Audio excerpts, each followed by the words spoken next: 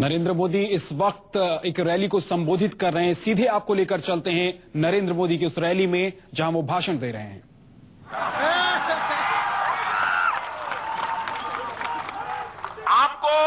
आपको कोई जानकारी नहीं है तो रमन सिंह जी के ऑफिस में फैक्स किया मैं आपको वादा करता हूं, मैं रमन सिंह जी को रिक्वेस्ट करूंगा, वो आपको हर जानकारियां दे देंगे। कम से कम आप तो ऐसी गलती मत करो, देश की प्रतिष्ठा का सवाल है। भाइयों बहनों, उन्हें मालूम नहीं है, छत्तीसगढ़ में आकर के एग्रीकल्चर की बात करते हैं, किसान की बात करते हैं, उन्हें पता नहीं है जब छत्तीसगढ़ मध्य प्रदेश पर कांग्रेस का राज हुआ करता था तब अकाल ग्रस्त इलाका माना जाता था। यहां पर लोगों को पेट भरने के लिए अन्न बाहर से लाना पड़ता था। आज 10 साल के भीतर भीतर भारतीय जनता पार्टी की सरकार ने, डॉक्टर रमन सिंह जी के नेतृत्व ने ये स्थिति पैदा कर दी है कि छत्तीसगढ़ खुद का तो पेट अपने आप भरता है, लेकिन अगल बगल के 3 राज्यों को चावल पहुंचाने का काम आज छत्तीसगढ़ का मेरा किसान कर रहा है।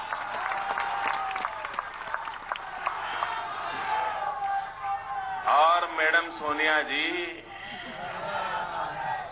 आपको पता है छत्तीसगढ़ ने जो एग्रीकल्चर में उत्तम काम किया है उसके लिए आपकी खुद की दिल्ली की सरकार ने उसको अवार्ड दिया है।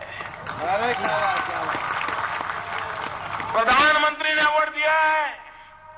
आज कांग्रेस के एक नेता ने कहा यहां छत्तीसगढ़ की सरकार पैसे देकर के अवार्ड लेती है। मैं पूछना चाहता हूं कि पैसे लेने वाले हैं कौन?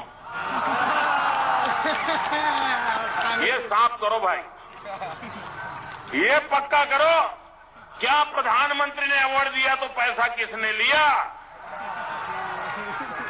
बाद में देने वाले का देखा जाएगा, पहले लेने वाले का हिसाब छुट्टा करो। क्या बोल रहे हो यार, कुछ समझ है क्या?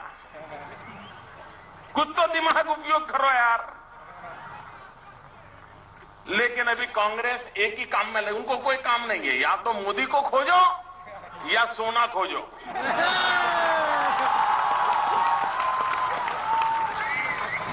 सोना खोजने चले गए थे।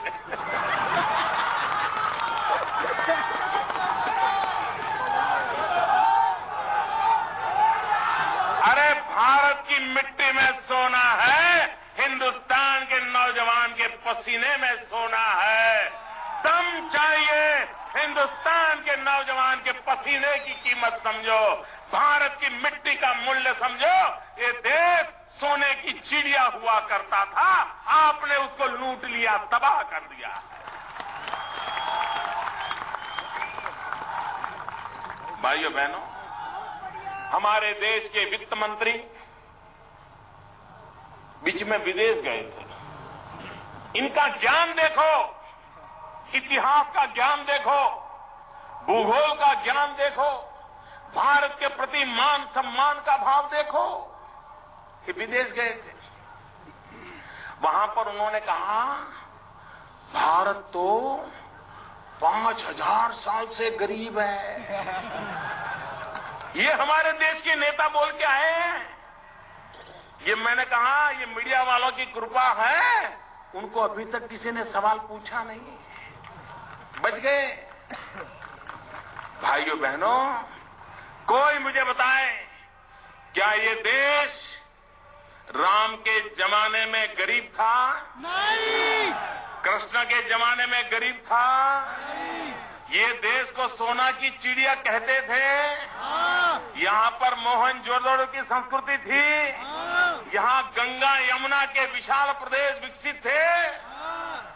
यह देश सोने की चिड़िया कहलाता था, और इसलिए 1200 साल तक दुनिया की हर जाति, हर समाज इसको लूटने के लिए हिंदुस्तान आया करता था, गरीब था इसलिए नहीं आ रहा था। लेकिन उनके ज्ञान को मीडिया वाले नहीं पूछेंगे, उनके ज्ञान पर यह देश चर्चा नहीं करेगा। और ऐसे वित्त मंत्री जिन्हें ये पता तक नहीं है कि भारत गरीब था कि समृद्ध था, उनको जवाब नहीं देना। भाइयों बहनों, आप मुझे कहिए, हिंदुस्तान की सरकार ये छत्तीसगढ़ में हमें नए नए वादे कर रहे हैं। मुझे बताओ भाई, ये रायगढ़ के लोग सच बोलना, मुझे पसंद ना आए तो भी सच बोलोगे, मोदी को बुरा लगेगा तो भी बोलोगे, सच बोलना है, कोई दिल से भी झूठा नहीं बोलेगा, बोलोगे? मुझे बताओ, आपका मेरा सवाल समझोगे? सब कोई जवाब दोगे? आपका कांग्रेस पर भरोसा है? फिर से एक बार पूछ लेता हूं, कोई गलती ना हो। पार्लियामेंट में वोटिंग कराते हैं ना, ऐसा अपन पब्लिक में कराते हैं। आपका कांग्रेस पर भरोसा है? उनकी बातों पर भरोसा है? उनके वादों पर भरोसा है? उनके नेता पर भरोसा है?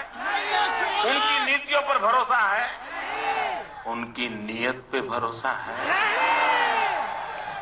आपको ही नहीं, पूरे देश को नहीं है।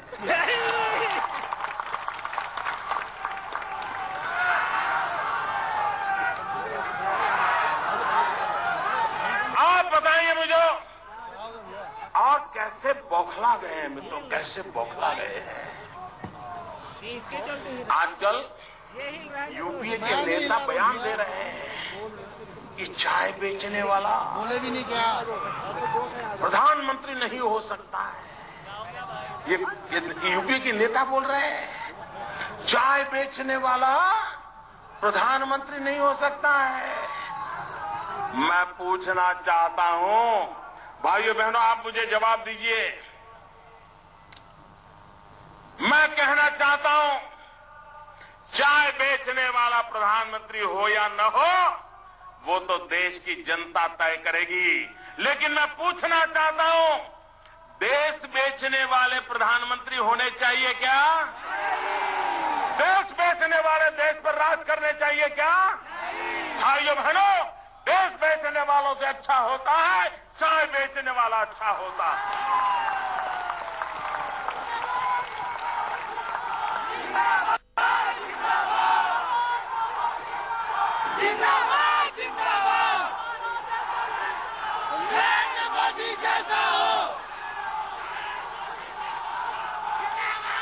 भाइयों बहनों, मुझे बताइए, गरीब होना गुनाह है क्या? नहीं। गरीब माँ बाप के पेट से पैदा होना गुनाह है क्या? नहीं। मेहनत करके चाय बेच करके पेट भरना गुनाह है क्या? नहीं। इस देश में ये कौन सी मानसिकता है जो इस प्रकार की भाषा प्रयोग हो? और इसके लिए यूपीए के नेताओं को दुख तक न हो। हिंदुस्तान के गरीबों का अपमान कर करके आपने देश के साथ हमेशा हमेशा धोखा किया है, खिलवाड़ किया है, गरीबों का अपमान किया है। और मेरे यूपीए के नेता सुन लो, इस देश का गरीब गरीबों का अपमान करने वाली इस भाषा का बदला लेके रहेगा।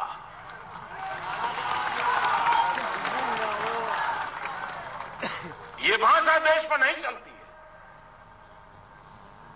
और भाइयों बहनों, वो शहजादे आए थे,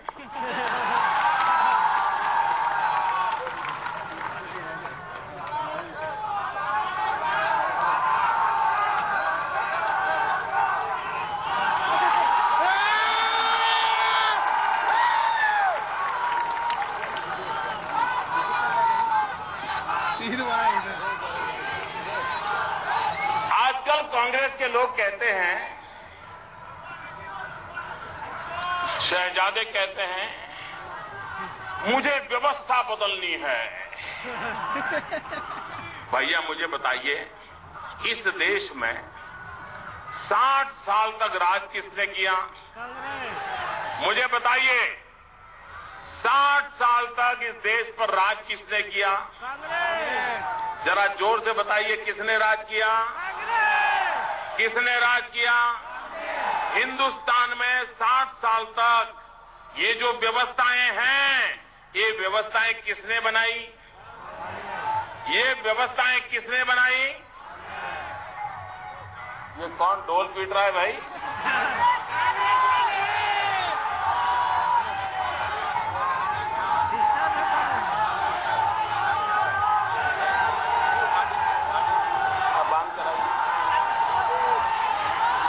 भाइयों बहनों, आप मुझे बताइए,